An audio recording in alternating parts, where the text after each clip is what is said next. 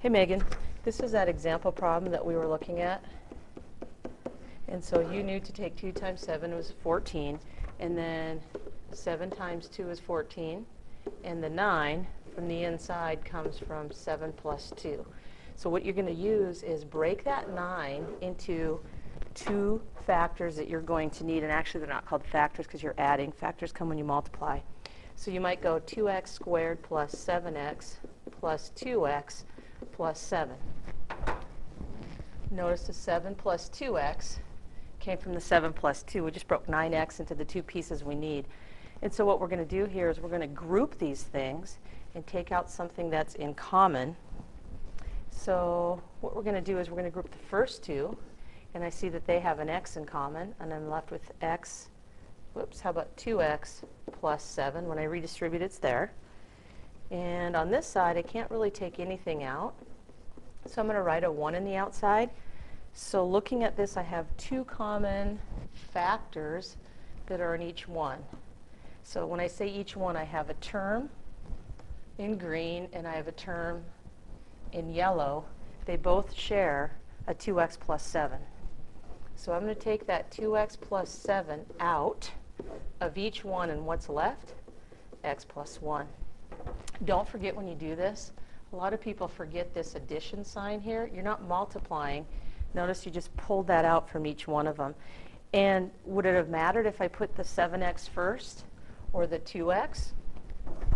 In other words, what if I had written the problem this way? Would it have mattered?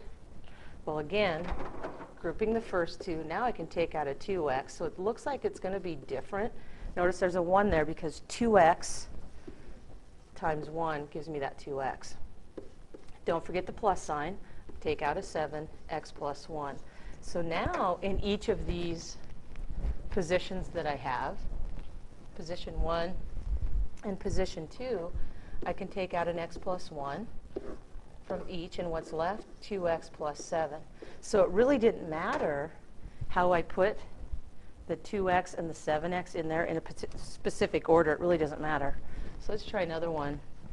Here's one that has a minus sign, and I think you could probably go ahead and write the answer as those 2 factors. But if you want to do it the way he was asking you to do, 1 times negative 7 is negative 7. And so when I look at negative 7, I get that from 1 times negative 7, or negative 1 times 7. Which of these 2 combinations add to a positive 6? These, negative 1 plus 7 is positive 6. So those are the combinations. So I take my x squared, and I rewrite positive 6x using these 2. A 7x, take away 1x is 6x.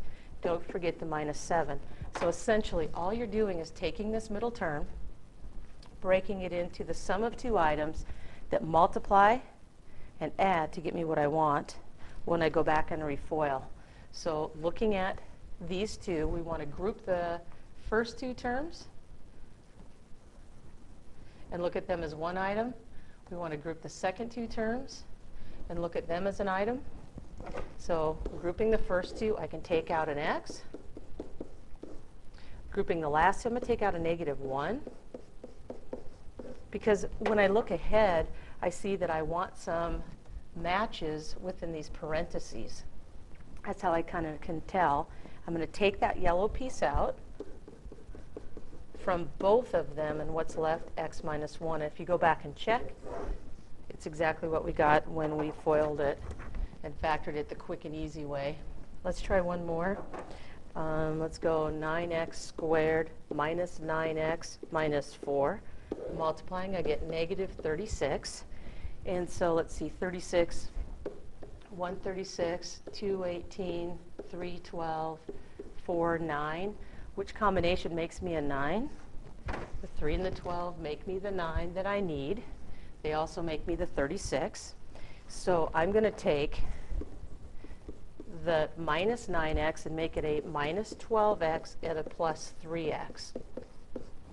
How did I know that?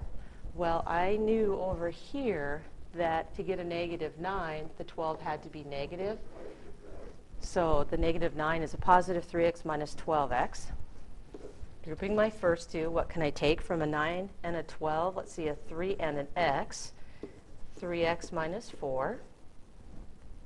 I can't take anything out, but I'm going to put a 1 there so that I see my 3x minus 4s exist in each area, the left and the right.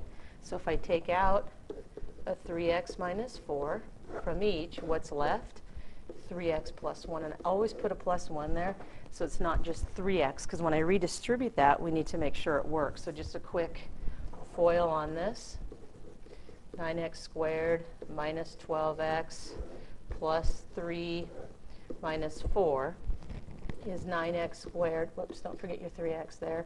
Minus 9x minus 4, which matches my original.